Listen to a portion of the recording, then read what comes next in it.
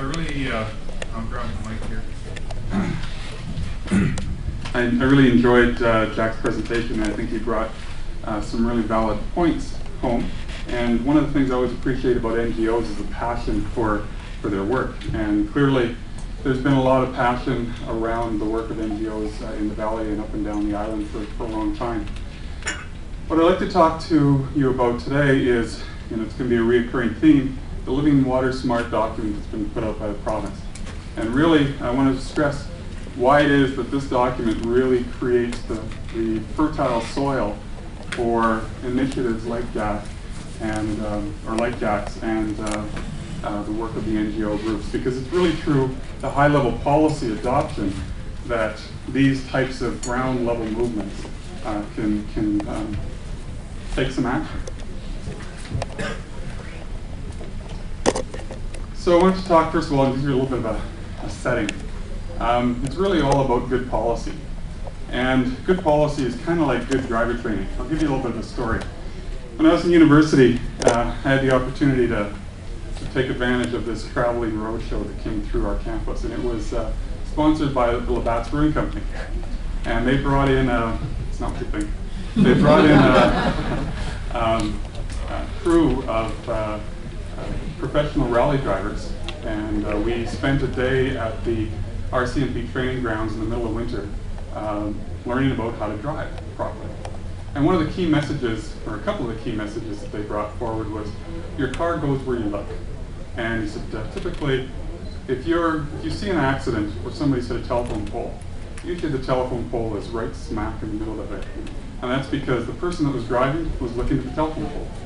So really, if you want to drive safely and responsibly, what you need to do is you need to look at the horizon. You need to look out into the future. Where are you trying to get to? You're not trying to drive to a telephone pole. You're trying to drive to your destination. So policy is similar in that regard, and it's important for us to know where the horizon is, where are we headed to. And what happens when you have unclear or poorly conceived policy? Well, I could probably do a poll here, and I don't think anybody would probably suggest that the Americans have done a good job of managing global warming and changing the environment. In fact, they've probably been one of the laggers over the past few years. Well, why is that? I just got a little video clip here I want to show you that might explain why.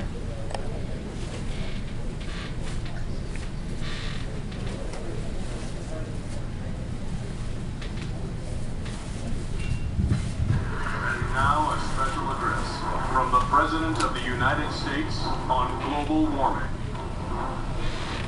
Hello, America. It's me, your president, your commander-in-chief of the world. And I'm here at my ranch here in Crawford, Texas, just taking a little R&R, relaxing, growing out my soul patch, playing a little frisbee golf with Connie Rice and Dick Cheney, having a good time, but still keeping my eye on the ball.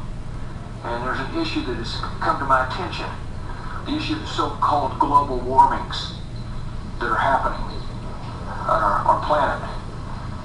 For centuries, the rays of the sun have warmed the surface of our Earth's crust. And apparently those rays are intensifying in such a way that it's increasing lava flows. And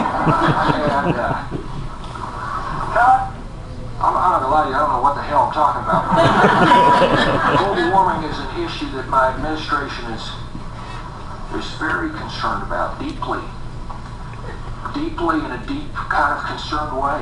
It's I start my day and I think about the warming of the globe and how we can get it warmer. Rest assured that the issue of global warming is something that my administration takes very seriously. Not right now, Connie. Play later.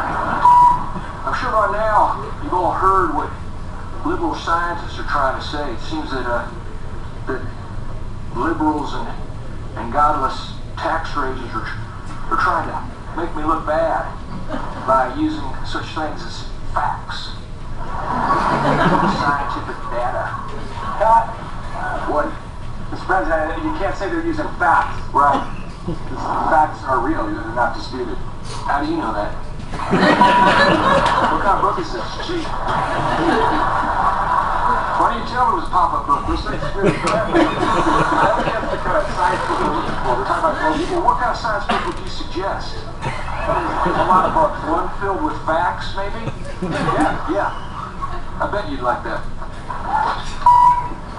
When you think back to biblical times, when Adam and Eve talked to that snake 6,000 years ago, when the world was created, it was hot back then too. Why do you think Adam and Eve were naked? You see what I'm saying? I mean, I'm not making this stuff up. You didn't hear Adam and Eve running around talking about emission standards or hybrid cars. In fact, Adam and Eve drove an excursion. Let's talk about something that really matters, like keeping steroids out of T-ball. The polar ice caps suck. Who cares about having a place where a bunch of penguins can have an orgy?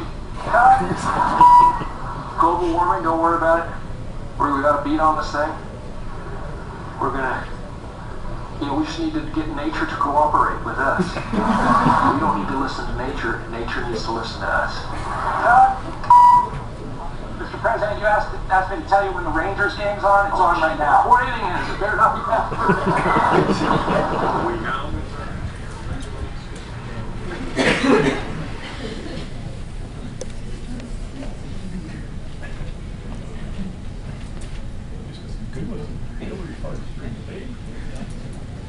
So, that probably answers a lot of questions as to the Americans' action on global warming over the past few years. Just to clarify, just to make absolutely certain, that actually wasn't George Bush. I know it might have been easy to make that mistake. So, let's talk about our provincial policy document, and that's the Living Water Smart booklet. This is the, a really critical piece of provincial policy, and it is actually, contrary to what you just saw, an excellent long-range vision for where the province is going to go with respect to water issues. Some of the statements in the document talks about water being as a finite resource. Water's limits must be recognized, which means that the days of taking our unlimited supply of water for granted have passed. Another statement, we need to challenge ourselves and our businesses to think about how we can help protect our water and how the government can support these actions. Those are statements made by the Premier, and they're important statements and things that we need to hold him accountable to. There's other statements within the document, things like shifting our focus to stream health.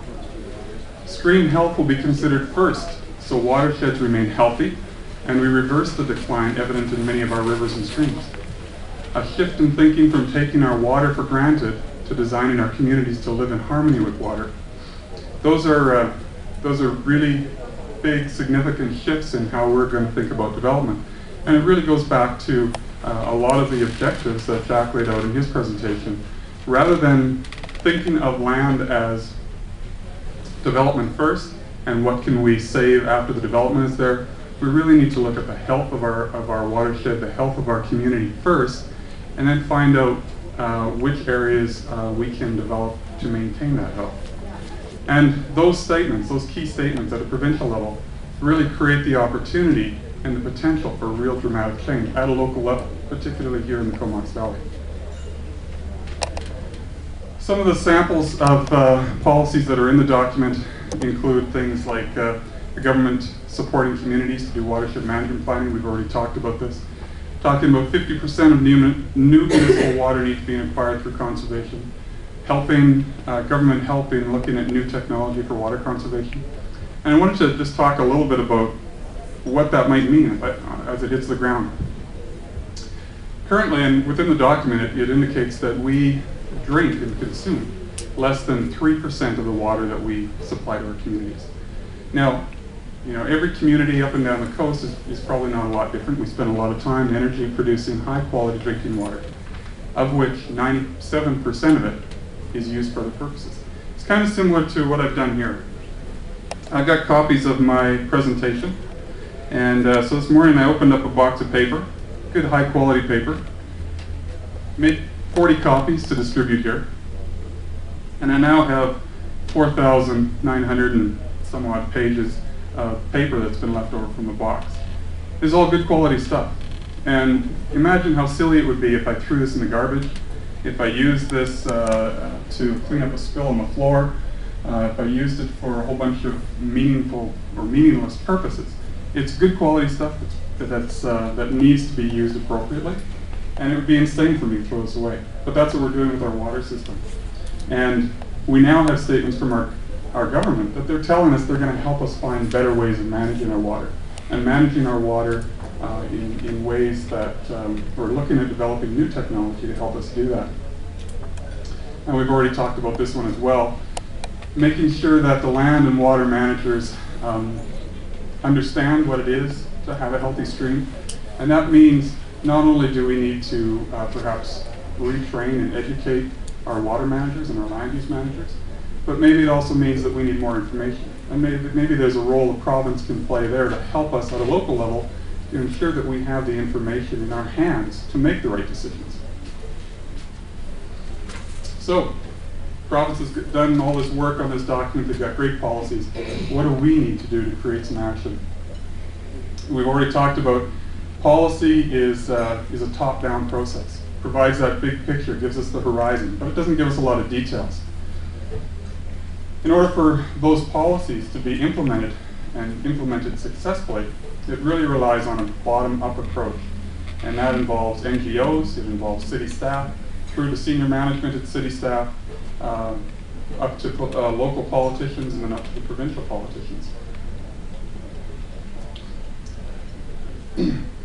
So BC's population, again, according to the province, is expected to grow by 1.4 million over the next 25 years. Now, if we translate that to the impact on the Comox Valley, that means about 35,000 more people will be living here in 25 years. That's pretty close to double the size we are today. So where are these people going to live? What values or features of the Comox Valley need to be protected, preserved, and restored? And again, going back to Jack's presentation, the inventory work that they have done to date really lays the blueprint of the values that need to be protected, restored, and preserved. How are we going to provide service to double the population, sewer and water service in the Comox Valley? Particularly given that the Comox Lake, which is the primary drinking source, is fully allocated. And not only is it fully allocated, it's probably over-allocated during drought conditions. What actions are we taking now in the Comox Valley? Well, we've already talked a little bit about this. There's the sustainability strategy, and that has been an excellent initiative that has crossed jurisdictional boundaries. The regional growth strategy that's currently underway, the regional water strategy, regional sewer strategy, and water conservation. This has been a heated topic in the Comox Valley, the idea of universal metering, which is really a fundamental, basic tool for helping conserve water, but yet it's been hotly contested and very controversial. What we need is strong local leadership to ensure that these types of things can happen at a local level. Other things like drinking water protection plan and a water management plan, these are things that, again, the local governments can work in cooperation with senior levels of government to ensure that we've got the regulatory tools in place to meet those provincial policy objectives. So what other actions can we take, given those things that are underway now? Well, again, we've talked about the need for a regional approach. And when I say regional approach, I'm not talking about the regional district. I'm talking about cooperation across jurisdictional boundaries.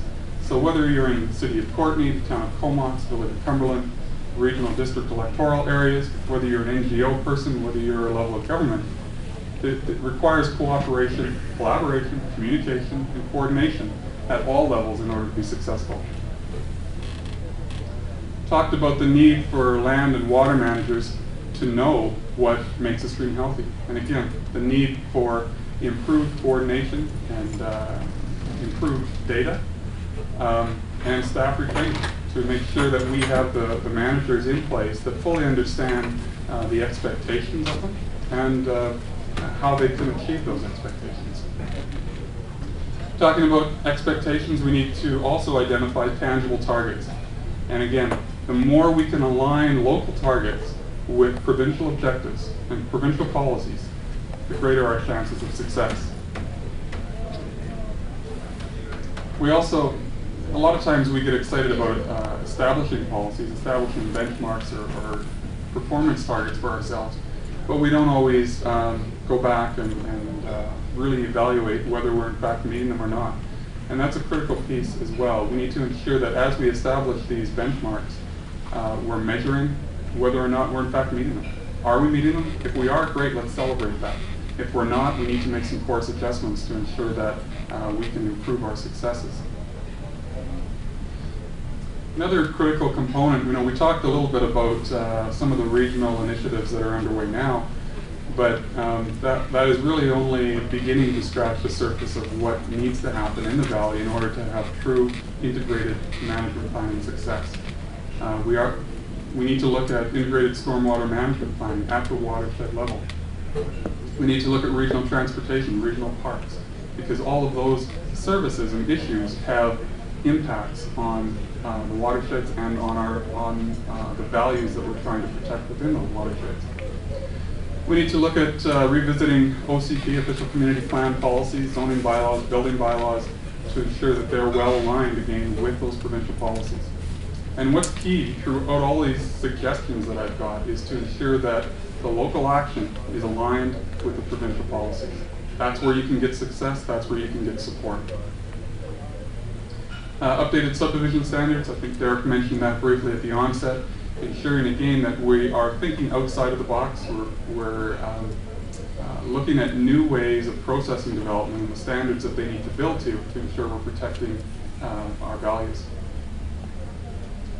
Development permits, again, are an excellent tool that we can use locally, not only in terms of the guidelines that go with them, but even the areas that we're looking, or that we establish as development permit areas.